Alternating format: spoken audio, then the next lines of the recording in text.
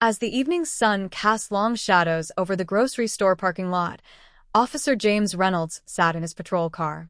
Known for his strict adherence to the law and his deeply held personal biases, James had become a fixture in this area.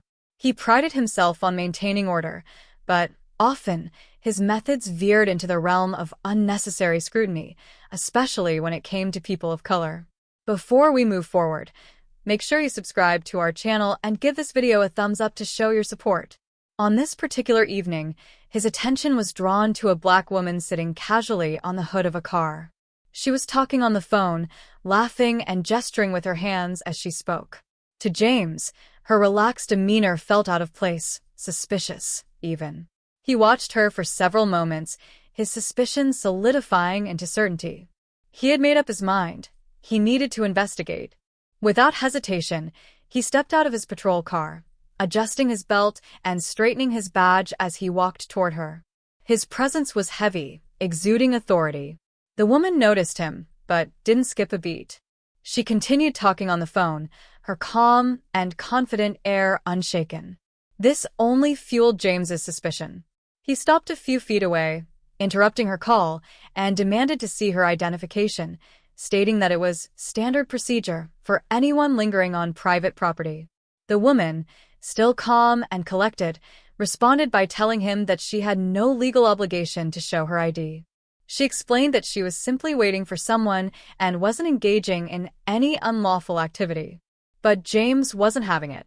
His tone sharpened, accusing her of refusing to cooperate. He informed her that failing to comply with his request would lead to an arrest for obstruction.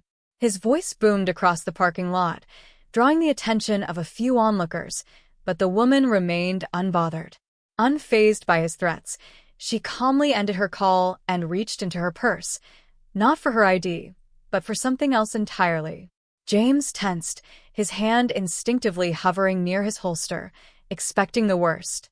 But instead of pulling out a weapon or an ID, she revealed a leather wallet. Flipping it open, she displayed a gleaming FBI badge. James froze. His confidence instantly evaporated as the bold letters spelling Federal Bureau of Investigation stared him down, shining bright in the fading daylight. The realization of his mistake hit him hard, leaving him pale and utterly humiliated. The woman introduced herself as a federal agent, her calm demeanor now replaced by one of commanding authority. She told James that his actions were not just unnecessary, they were indicative of a deeper problem, a bias that had no place in law enforcement. James stammered, trying to explain himself. His excuses ranged from just doing my job to unfounded concerns about potential threats. But the agent's piercing gaze shut him down, leaving him speechless. Without another word, she pulled out her phone and made a call. Within minutes, the situation escalated beyond James's control. She contacted his department, detailing the encounter and requesting an immediate review of his conduct. James stood there, humiliated and powerless, as the woman drove away, leaving him to deal with the fallout of his actions. By the time James returned to the station that evening, his superiors were already waiting. After a thorough investigation, the department found his behavior to be completely unacceptable. His assumptions and overreach not only embarrassed the force, but they also brought attention to a systemic issue they could no longer ignore. He was suspended without pay for a month, a punishment that sent shockwaves through both the department and the community.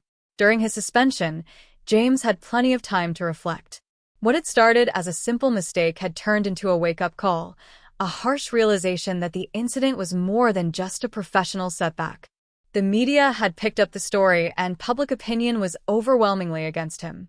Community leaders, activists, and concerned citizens called for sweeping changes, demanding bias training and better practices in policing. Meanwhile, the FBI agent became a symbol of resilience and justice.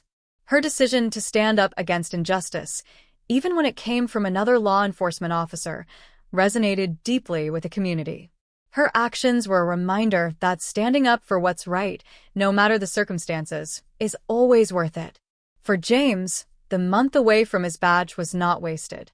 He took it as an opportunity to confront his own prejudices. He attended seminars, spoke with community members, and began to understand the depth of mistrust that had built up between law enforcement and marginalized communities over the years. When James finally returned to duty, he wasn't the same officer. He carried with him the weight of his actions and the lesson that power must always be wielded with accountability. The parking lot confrontation had turned into much more than a mere embarrassing moment. It became a turning point, sparking much-needed change. The department implemented mandatory bias training, and the community started to feel a renewed sense of hope. For the FBI agent, her work continued, but now with the knowledge that she had made a real difference, not just in that moment, but in igniting a larger conversation. Her badge, once simply a symbol of authority, had become a beacon of justice, a reminder that the fight against prejudice begins with standing firm, even in the face of it. And don't forget, be sure to subscribe to our channel and like this video to show your support.